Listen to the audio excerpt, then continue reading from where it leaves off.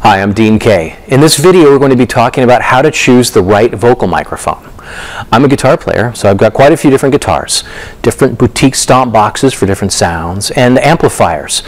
And I have microphones so that I can make them sound the way I want them to on the stage and in the studio. They're the tools of my trade. I know many drummers who feel exactly the same way. They've got multiple drum kits sometimes for different stages, different cymbals and percussion toys, and microphones so that they can make their sound the way they want it on the stage and in the studio. Now, for some reason, with some exceptions, many vocalists that I know don't go to these extremes. In fact, some vocalists don't even own their own vocal microphone. This means that when they go to the club that night, they are at the mercy of whatever beer-soaked microphone is shoved in their face. Not exactly hygienic, but more importantly, it means that they've relinquished the control of their vocal sound.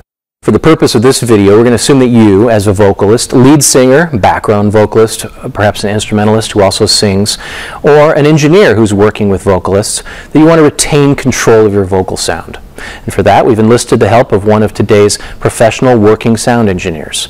Please welcome Craig Overbay. Hi, Dean. How are you doing today? I'm doing good. Let's talk about your experience. How did you get started in the audio industry? Well over 20 years ago, I was living in Portland, Oregon, where I grew up, and a friend of mine was playing in a band who became a pretty popular local band, and I just started working for him as a roadie, pretty much humping gear, helping them move stuff around. Their local sound company provider then was a company called Concert Audio, and the guy that was doing sound for him at that point in time noticed how hard I was working and ended up offering me a job. And there I ended up doing basically what I would consider a paid internship. Who are you working with these days? I have been fortunate enough to work for a lot of really great bands. I have worked for everybody from Nirvana to the Foo Fighters to Weezer, The Cure, and I was fortunate enough last year to even do Spinal Tap, Unwigged and Unplugged, and we did a couple of electric shows, and I figure after doing Spinal Tap, I'm done. You've got it all covered now. Once again, like I said, I've been very fortunate. Craig, let's start at the very beginning on how to choose the right vocal mic. There's so many options available today. Where do you start? Dean, I think you need to choose your application. I think you really need to decide what it is that you're going to use the microphone for. Is it for live use or is it for studio use? Are you playing in an electric band or an acoustic band? So if it's loud or if it's soft, it's yeah, a big deal. It makes a really big difference between what type of microphone you're going to use, what type of singer you are, and then of course, how much money do you want to spend? Do you want to spend $100 or $400? Sounds like it can be pretty confusing then. It really isn't. It's no more complicated than a guitar player taking the time to listen to the difference between a Fender Twin and a Marshall stack, or a drummer going through 10 snare drums to find the perfect sounding 1955 Pearl snare drum.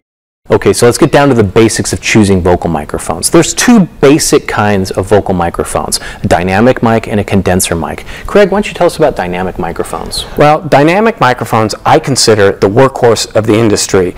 They're affordable, they're rugged, they're durable, and they will definitely get the job done. They're a fine choice for any rock singer in any rock band. Condenser microphones traditionally were thought of as more of a studio microphone due to their greater sensitivity, and they obviously have a great sound.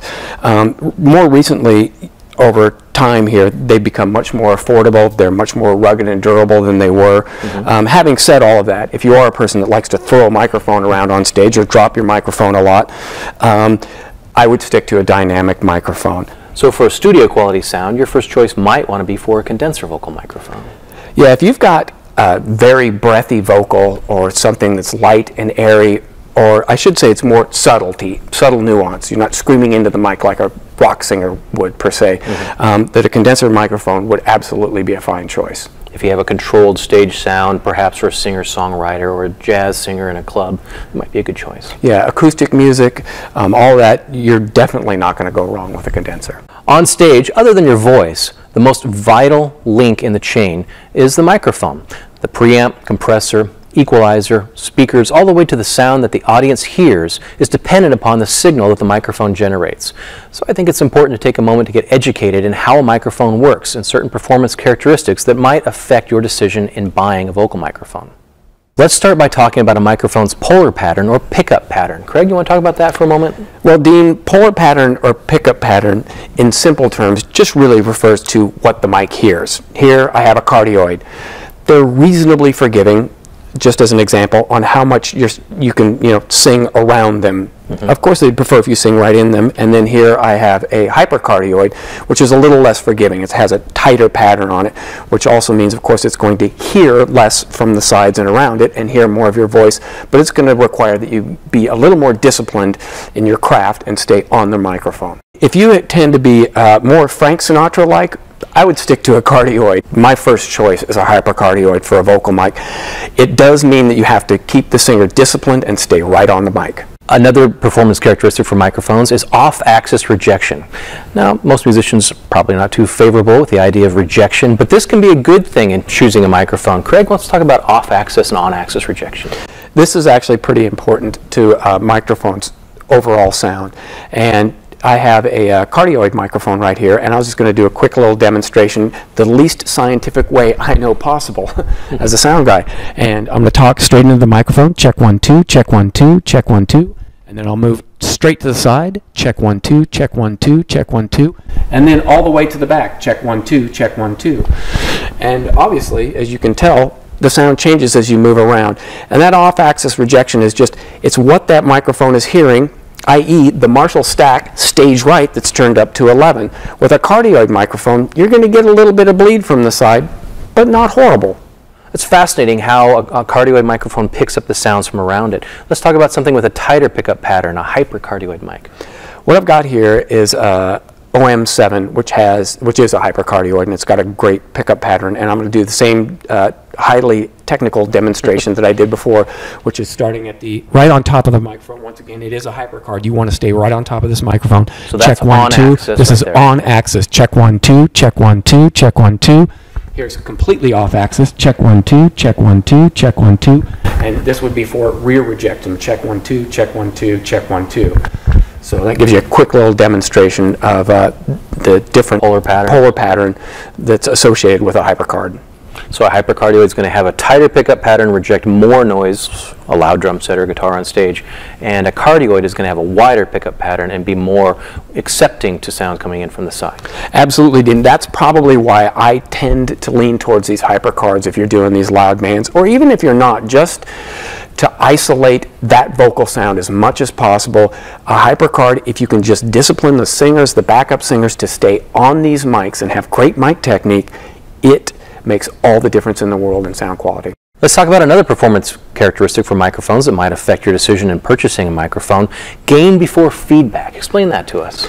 Feedback is probably one of your worst enemies, but it really just means how loud can you get that microphone before it feeds back, either in the front of house speakers or in the wedges. How hard you can sing into the microphone when you're on stage before it starts squealing at you. It's really not about how loud a vocal mic will get. It's really how it's designed to avoid feedback. I've worked with some very loud singers in my day on stage and in the studio, and that can really affect your decision on what kind of microphone you want to get. Let's talk about sound pressure level, SPL. SPL, sound pressure level, it's really about what a microphone can take into it. What we have, once again, is our two basic microphone types, a dynamic and a condenser. The dynamic is much more forgiving. If you're a screamer, if you're loud, and once again, if you abuse mics, a dynamic is really going to be your best choice. The condenser, on the other hand, once again, as we've spoken about, has much greater subtlety and probably is considered more hi-fi. Although these newer condensers that are out now will take a lot more punishment and a higher SPL level. And if you're fortunate enough to buy a good condenser, they'll have a built-in pad on them, and you can engage that, and they'll take a higher level of input. It might seem like a strange question, but is it even possible for you as a singer to determine objectively which microphone is best on the sound of your voice? Maybe it's a good idea to bring a friend into a music store and let them hear your voice as you're singing into these different microphones to really evaluate objectively how you sound with these different tools of the trade, right? Yeah, sound is very subjective. It's a great idea to bring somebody along, a bandmate or whoever, your mom, I don't care who it is, somebody who knows the sound of your voice and has heard you sing before. And you really need, in the retail environment, to try a few different microphones from various manufacturers and really listen to the difference in those sounds. Then you can find a knowledgeable person who can help you go through all these things we've been talking about, these performance characteristics, and how each individual microphone might use gain before feedback or SPL to help you use the microphone on stage to cut above the sound and the clutter and be heard to the audience, right? Yeah, and finding a knowledgeable salesperson is of paramount importance. If you're not having a good retail experience, you need to go somewhere else. We've been talking about performance characteristics on how to achieve better control of your sound on stage. We've been using AUDIX microphones. Let's talk about the OM2. Well, the OM2 is an entry-level microphone. It's for the budget-minded, but it's not lacking in performance in any way. It has a great feedback rejection. It's still dynamic, so it's quite rugged, and it is a hypercard. It'll take the high SPL input that we're talking about, and once again, if you're a guy that likes to throw microphones around and goes through a few of them at a time, buy two. And it's one of the most popular microphones in the entire AUDIX line, so you're going with something that's a known commodity. Yet, at this price point, I don't think you can go wrong. So the OM2 is a great buy for someone who just wants an all-around great microphone. If you want to spend a few more dollars and get a better microphone, an OM5 might be a good suggestion. What are you getting for spending a few more dollars? It's a better sounding microphone to start with. It also has better off-axis rejection, and due to that, you're going to get better gain before feedback. So less feedback in your stage sound. Absolutely. So talking from your own experience, which AUDIX microphones perform the best for you? For me, it's been the OM7. It is my one go-to mic. It sounds great. It sounds great at front of house. You can get it really loud in the monitors, which makes the monitor guy happy, and it makes the band happy, and it performs well day in and day out. Thanks, Craig, for sharing your wisdom and sound expertise and helping us choose a vocal microphone. It's been my pleasure. I hope it's been helpful. Thanks for taking time to watch this video on how to pick the right vocal microphone for your sound. Armed with this information about performance characteristics and how a microphone works, you can take control of your stage sound. Want more information? I recommend going to the AUDIX website, the Mic Finder. It'll ask you a few questions about how you use a vocal microphone and help you find the right microphone for your particular needs. I'm Dean Kay for AUDIX Microphones.